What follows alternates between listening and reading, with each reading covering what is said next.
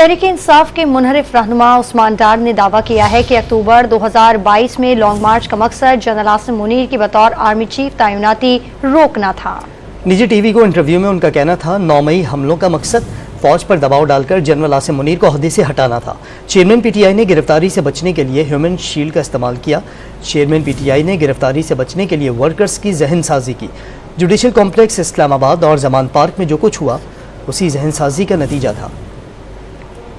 तो इसके ऊपर मैं समझता हूँ कि जो एक माइंड सेट था कि अगर गिरफ्तारी की सूरत में हमें अदारों के रियासती इदारों पे हमला करना पड़ता है, जीएचक्यू पे अटैक करना है। आमिर कियानी ने भी एक दो जगह जिक्र किया कि जीएचक्यू के हवाले से बातचीत हुई। लेकिन आप कंफर्म कर सकते हैं कि इमरान खान साहब की इंस्ट्रक्शंस थी कि अगर उन्हें गिरफ्तार किया गया तो कोर कमांडर लाहौर और इन जगहों पे अटैक करना। देखिए, जिन मीटिंग्स का मैं देखता रहा हूँ, जब ये लोग बात करते थे कि अगर हमें रियासती अदारों के ऊपर हमलावर भी होना पड़ता है, तो इस बयानिए को इमरान खान सपोर्ट करते थे, इस पॉलिसी को सपोर्ट करते थे। और ये सोशल मीडिया